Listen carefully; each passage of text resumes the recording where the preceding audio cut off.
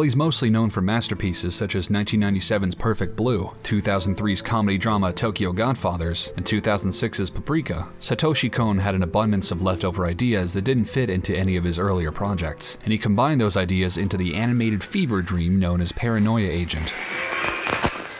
Kon seduced my angsty adolescent sensibilities when I first watched Paranoia Agent on the late-night Adult Swim channel back in 2004. It's a basic concept that sounds like it would be a straight-up horror anime. A mysterious young man wielding a crooked baseball bat and golden rollerblades is wreaking havoc throughout Japan. He seeks out and bludgeons victims who are desperate and clinging to their last remnants of sanity. What I didn't know at the time is that the show falls into the psychological horror genre, which often means the show's premise is reliant on the character's mental state and emotional responses to unsettling stimuli, both internal and external. Paranoia Agent is an amazing and thoroughly haunting anime with a perfectly sized cast and a constant sense of mystery and fear present throughout. This video will contain very mild spoilers, so I'd like to be clear when I say that this is a very good watch if you're a fan of any dark, twisted shows like Death Note or Monster, although it's difficult to compare Paranoia Agent to anything else on the market for reasons which will soon become apparent. I'm hoping people who haven't seen the show can use this video as a reason to give it a chance, because it really does deserve your time. First of all, the opening is pretty damn unsettling.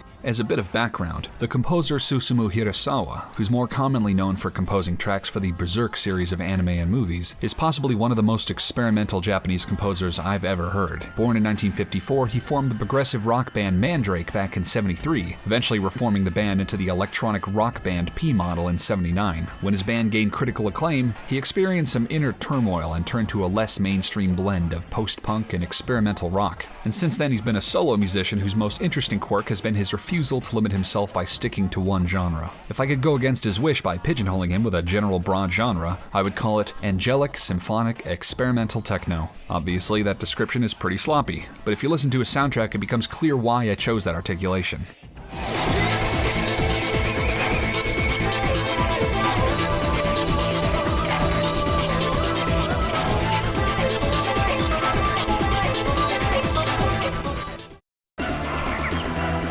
The opening begins with a few lyrically indiscernible opera notes, followed by Hirasawa belting out what sounds like yodeling, officially translated as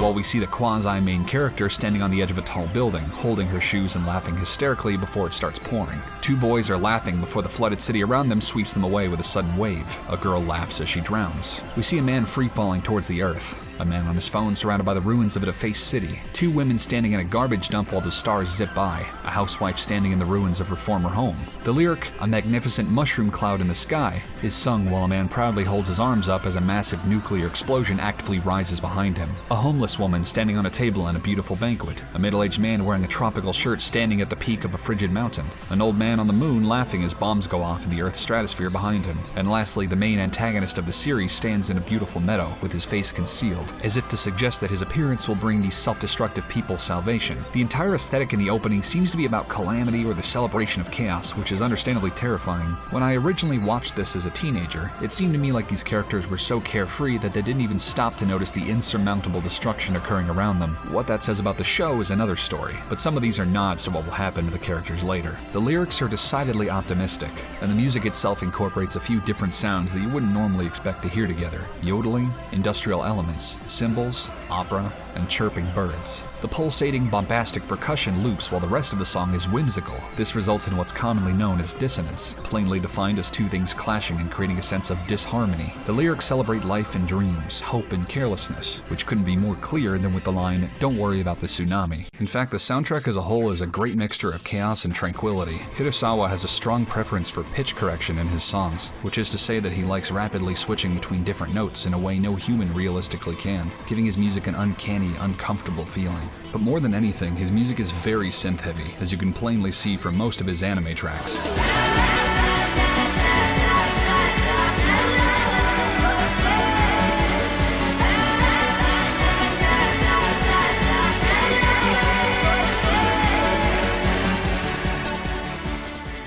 The show begins with a shot of various overworked 9-to-5 commuters on their phones, while the viewer hears their conversations, consisting of excuses being provided to their bosses regarding failure to meet work deadlines, establishing the theme of society's lack of personal responsibility. We get a glimpse of the main character, Tsukiko Sagi, a prodigious artist who, after having created the insanely popular dog character Maromi, is struggling to conceptualize a new marketable mascot before the company's mandated deadline. As she notices her coworkers enviously glaring at her, the scene cuts to show Tsukiko walking home late at night. She notices a creepy homeless woman staring her down, and feeling deeply unsettled, she notices the dark streets closing in on her and begins running while the music becomes more intense and anxious. As she trips and falls, spilling her sketches all over the ground, she feebly attempts to recollect them. In the process, she rips her shirt on a car's exhaust pipe and starts to break down in tears of frustration. She hears a pair of rollerblades when suddenly...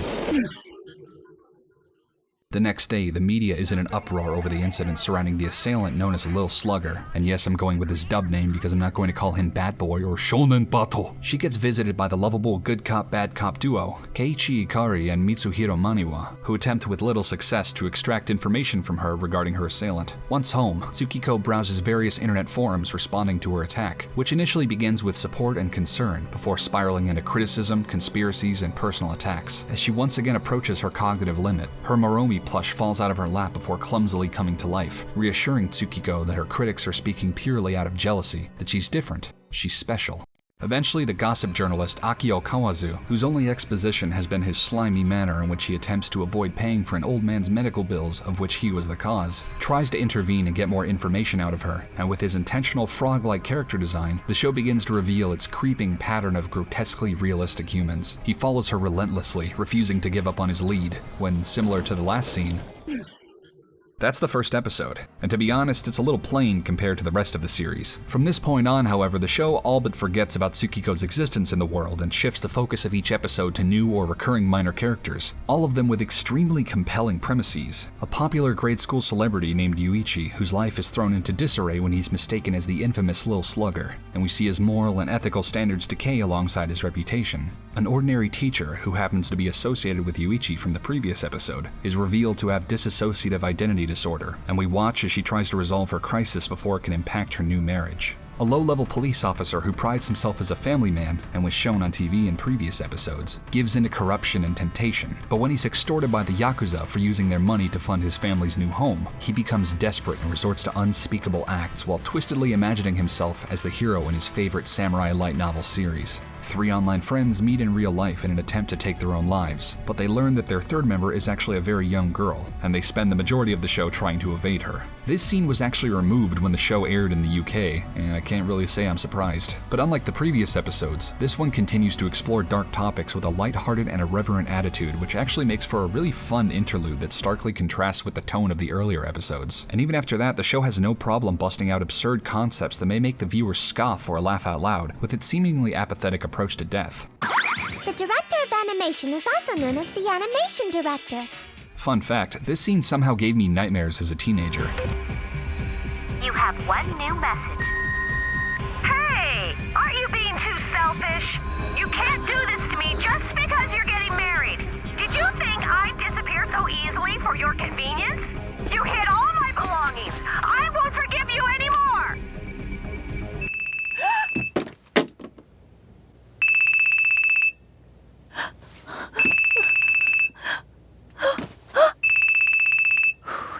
Is it?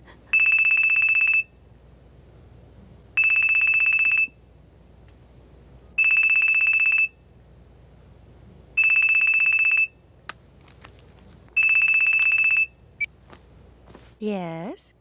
Oh, hello there. I figure Madhouse must have some great audio engineers in their studio because they can use sound for some incredibly unsettling results. There's also a kinda but not really filler episode that revolves around a bunch of housewives gossiping about Lil Slugger. And at times it's kind of funny because the concepts are comically impossible or taken straight out of a film manuscript. Even the housewives themselves pick apart plot holes in each other's stories. It's a clear way for the show to tell you, hey, this Lil Slugger thing is already a problem, and now people are lying about hearing stories just to be popular, and it's fueling more mass hysteria. The animation was handled by the fabulous as always Madhouse, and it really shows. You can tell they had to pull back in a lot of scenes with static art for the sake of the budget, but there are a few episodes where they really got creative with the animation anyway, particularly whenever old people move in any interesting or otherwise humorous manner. There are so many surreal and clearly delusional scenes that make the viewer question what's real versus what's fantasy, but the fun part is kicking back and not taking the show terribly seriously. You might actually experience a self-inflicted aneurysm if you're the kind of person that needs every single plot point and character motive to make sense, which could be good or bad depending on how nitpicky you are with your entertainment. If you want to see what Madhouse is capable of with a much bigger budget, check out any of Kon's other movies to get an idea of just how fluid he likes his shows to look, because it really is a fucking marvel to witness. As mentioned previously with Kawazu's character, Satoshi Kon had a habit of depicting people hyper-realistically in his movies. He typically does this by juxtaposing completely normal people that frankly don't belong on TV in the first place, the kind that you might find in a Tim and Eric skit. It almost seems like a commentary on how we perceive attractiveness as this dreamlike, unattainable standard, which Kon often illustrates by showing a very attractive image, followed by something in a brutally honest light. I could sit here and dissect every detail of the show, get into the ending, and start waxing philosophy, but I think it's more interesting to see the ending yourself, so I'll leave it at that. While Satoshi Kon may no longer be with us as a result of pancreatic cancer stealing him away just before his 47th birthday, his animations still live on in our hearts and our Blu-ray players. He was a fantastic director that had a vast wealth of ideas. His work usually encompasses the realm of dreams or dreamlike scenarios. For example, his movie Perfect Blue focused on the jarring differences between being famous and how that celebrity acts when they're off the clock. Paprika focused on the concept of dreams and how insane and scattered they can be. His style is hypnotic, dark, captivating, jarring, mystical, joyous, and everything in between. He made shows for those of us who endure living in the real world, yet revel in escaping to fantasy. If you want to experience anime from a director that staunchly believed in breaking the mold, you need to check out any of his work. I'm not exaggerating when I say they're basically perfect or extremely polished at the very least. If you're more interested in the nonsensical, acid-trippy dream logic that Kon breaks down wonderfully, check out Paprika. Most people actually prefer it to Paranoia Agent, but in my opinion, they're both great for different purposes. I decided to make this video upon realizing that his 7-year death anniversary was upon us, so I hope this inspires more people to go and binge watch all of his stuff because it's all just so remarkable. Paranoia Agent is one of the most memorable psychological horror shows I've ever seen, and if you let it creep into your subconscious, you'll only slightly regret it.